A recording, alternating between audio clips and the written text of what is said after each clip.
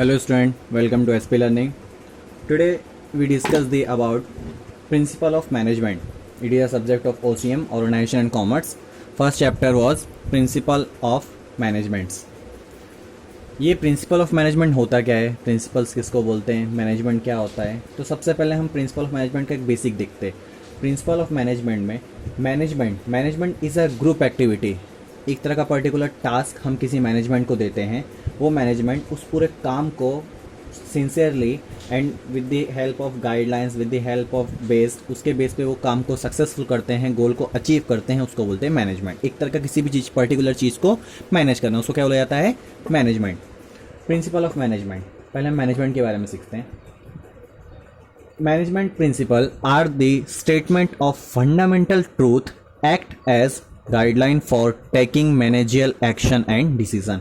It means management principle एक तरह का स्टेटमेंट ऑफ फंडामेंटल ट्रूथ होता है, उसके बेस पे हमें जो भी हमें काम करना है, ट्रूथली हमें परफॉर्म करना है वर्क को, एक्ट एज अ गाइडलाइन। और जो प्रिंसिपल्स होते हैं वो हमें क्या प्रोवाइड करते हैं, एक तरह की गाइडलाइन प्रोवाइड करते हैं for taking managerial action and decision, जिसकी हेल्प से, with the help of guideline, जिसकी हेल्प से हम क्या कर सकते हैं, मैनेजियल एक्शंस एंड डिसीजन क्या कर सकते हैं, टेक कर सकते हैं, उसको बोला जाता है management of principle. For example managers क्या काम करते हैं, किसी भी चीज़ को मैनेज करना, किसी भी पर्टिकुलर सीक्वेंस में इसको top level, middle level, lower level सब चीज़ का टास्क देखना, गाइडलाइंस प्रोवाइड करना, सब काम करना, ये सब काम कौन करते हैं, मैनेजर्स। और उन मैनेजर्स को किस वे में काम करना है, कौन से गाइडलाइंस में काम करना है, वो सब प्रोवाइड कौन करता है, principles of management, that is called principal of management.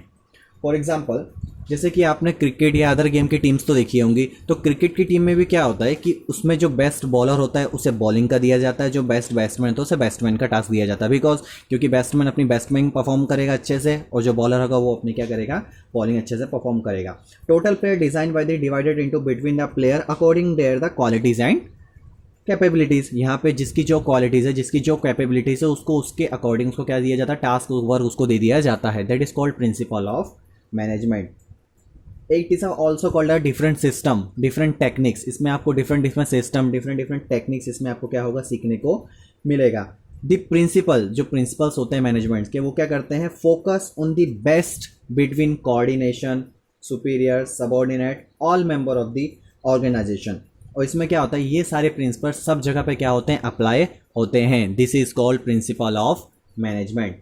So let's discuss about by the natures, features of the principle of management. अब इसके जो नेचर्स हैं, जो फीचर्स हैं, उसके बारे में हम डिस्कस करते हैं कि nature, features of the principle of management की नेचर्स क्या होता है। हर पर्सन का अपना अपना नेचर होता है, किसी का नेचर ज़्यादा एंग्री होता है, किसी का सॉफ्ट थिंकिंग होता है, किसी का सॉफ्ट कॉर्नर, सबका अलग अलग नेचर। तो वैसे भी प्रिंसिपल ऑफ मैनेजमेंट के किस तरह के फीचर्स हैं, उसकी विशेषता क्या क्या है। सबसे पहला फीचर्स यहाँ पे बोला गया है यूनिवर्सल एप्लीकेशन। यूनिवर्सल एप्लीकेशन मतलब यहाँ पे जो मैनेजमेंट ऑफ प्रिंसिपल हैं, प्रिंसिपल ऑफ मैनेजमेंट है, वो यूनिवर्सली अप्लाइड होते हैं। It is applied to all of the universe, applied by the all type of organisation, हर टाइप के ऑर्गेनाइजेशन में अप्लाइड होते हैं। Applied to the all type of level of organisation, जैसे कि top level, middle level, lower level. 3 level of organisation होते हैं, तो top level, middle level, lower level, तीनों लेवल में भी ये क्या होते हैं, प्रिंसिपल ऑफ मैनेजमेंट क्या होते हैं, अप्लाई होते हैं। Suitable for all kind of organisation, चाहे वो स्मॉल हो, चाहे वो लार्ज हो, चाहे वो मीडियम हो, कोई भी type of organisation, kind of organisation में ये प्रिंसिपल्स क्या होते हैं, अप्लाइड किए जाते हैं।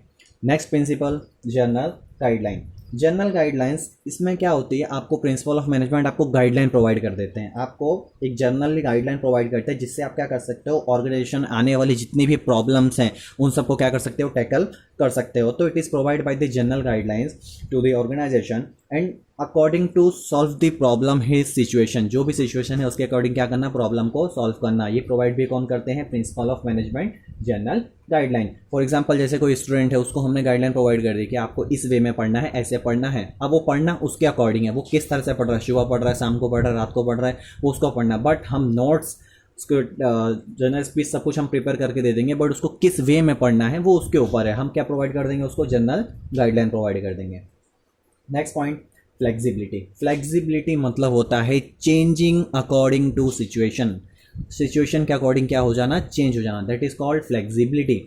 Flexibility is a change to according to situation. For example managers भी क्या करते हैं, अपने ऑर्गेनाइजेशन को अकॉर्डिंग टू सिचुएशन क्या करते हैं, चेंज कर देते हैं। वैसे ही प्रिंसिपल ऑफ मैनेजमेंट भी यहाँ पे अकॉर्डिंग टू सिचुएशन क्या होते हैं, चेंज होते रहते हैं। यहाँ पे ये नहीं कि आप इसी सिचुएशन में काम करोगे, यहाँ पे according to situation principle of management भी क्या होते हैं, फ्लेक्सिबल होते रहते हैं। Next point, behaviour and nature. Behaviour and nature, यहाँ पे एक तरह की most important thing principle of management is a management means a group activity. It is a group activity. आपको बताया गया है कि मैनेजमेंट क्या एक तरह की ग्रुप एक्टिविटी है।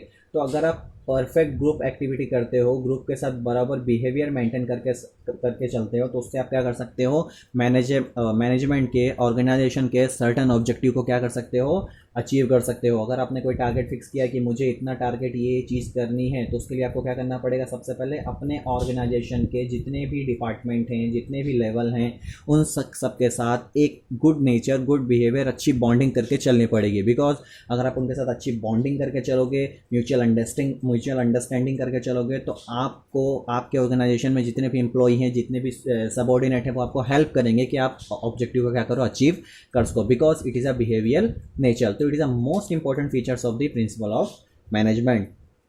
Next features, causes and effect of relationship. Causes and effect of relationship, यहाँ पे आप अगर एक काम करते हो तो उसका दूसरा कुछ निकलता है, ये करते हो तो वो निकलता है। For example, causes and effect relationship, अगर आप अपने ऑर्गेनाइजेशन में अपने सबऑर्डिनेट, अपने सुपीरियर, अपने ऑल लेवल ऑफ मैनेजर, जैसे for example 3 level of management होते हैं, टॉप लेवल, मिडल लेवल और lower level. 3 level of management में अगर बराबर कोऑर्डिनेशन होगा, दोनों के साथ बराबर बातचीत होगी, सब चीज़ यहाँ का टॉप लेवल का मिडिल लेवल का लोअर लेवल, अगर कनेक्शन बराबर होगा, तो इससे क्या होगी, हमारी इफेक्टिव रिलेशनशिप होगी। फॉर एग्जांपल, अगर आप अपने ऑर्गेनाइजेशन में good wages, good payment, good incentive labours को प्रोवाइड करते हो, तो उससे क्या होगा, वो लेबर मोटिवेट होंगे, और मोटिवेट होंगे तो ऑर्गेनाइजेशन में क्या करेंगे, ज़्यादा से ज़्यादा वो काम करेंगे, और ज़्यादा से ज़्यादा जब वो काम करेंगे तो आपका आउटपुट ज़्यादा होगा। आपका आउटपुट ज़्यादा होगा तो आपका ऑर्गेनाइजेशन क्या होगा, टॉप लेवल पे पहुंचने को ज़्यादा रहेगा, आपका टर्नओवर क्या होगा, हाई लेवल पे होगा, आपकी गुडविल अच्छी रहेगी। तो इससे क्या होगा, क्या हो रहा है, अगर आप अच्छी इफेक्टिव रिलेशनशिप करोगे तो उसके कॉजेज भी क्या होंगे, अच्छे होंगे। तो आप अगर ऐसा करोगे तो वैसा होगा। फॉर एग्जांपल, अगर आप गुड रिलेशनशिप मेंटेन करोगे ऑर्गेनाइजेशन में, तो आपका आउटपुट, आपके जो ऑर्गेनाइजेशन हो, क्या होगा, टॉप लेवल पे होगा। और अगर अपने ऑर्गेनाइजेशन में रिलेशनशिप ही अच्छी नहीं मेंटेन करोगे, तो उसके कॉजेज क्या होंगे, नेगेटिव में आ जाएंगे, फॉल्स में आ जाएंगे, डिक्लाइन में आ जाएंगे। आया समझ में? तो it is a causes and effect of relationship. Next point, formed by practices and experiment. सबसे पहले प्रिंसिपल ऑफ मैनेजमेंट को किसने बनाया था, हेनरी फेयोल ने बनाया था। 1873 में इन्होंने 1835 में इन्होंने प्रिंसिपल ऑफ मैनेजमेंट में बनाया था हेनरी फेयोल ने। Forms by practices and experiment, मतलब ये जो भी प्रिंसिपल्स बने हैं, आगे जाके आप प्रिंसिपल्स ऑफ मैनेजमेंट पढ़ोगे हेनरी फेयोल के 14 प्रिंसिपल, तो ये प्रिंसिपल्स बहुत सारी प्रैक्टिसेस और बहुत सारे एक्सपेरिमेंट के बाद बनी है। फॉर एग्जांपल, लेबोरेटरी में बहुत सारे साइंटिस्ट काम करते हैं, तो जब साइंटिस्ट काम करते हैं तो एक ही बार में उनको अचीवमेंट नहीं मिल जाती है, वो बहुत सारी एक्सपेरिमेंट करेंगे, बहुत सारी प्रैक्टिसेस करेंगे, बहुत सारे नए नए कंक्लूजन, बहुत कुछ निकालेंगे, तब जाके उनको एक मेडिसिन, एक पर्टिकुलर टाइप ऑफ चीज़ मिलती है, जिससे क्या करते हैं, वो एक्सपेरिमेंट बोलते हैं हाँ इनका सक्सेसफुल हो गया। तो वैसे ही ये जो प्रिंसिपल्स बनाए गए हैं, इसमें बहुत सारी प्रैक्टिसेस, बहुत सारे एक्सपेरिमेंट किए हैं, तब जाके क्या हुए हैं, प्रिंसिपल अप्लाइड हुए हैं। इसके लिए बहुत सारी प्रैक्टिसेस हेनरी फेयोल ने किए, बहुत सारे एक्सपेरिमेंट किए कि अगर ये नहीं तो ऐसा होगा, वो नहीं तो वैसा होगा, सब कुछ करके बाद में इनका फाइनल कंक्लूजन करके इनके 14th principal of management perform हुए हैं।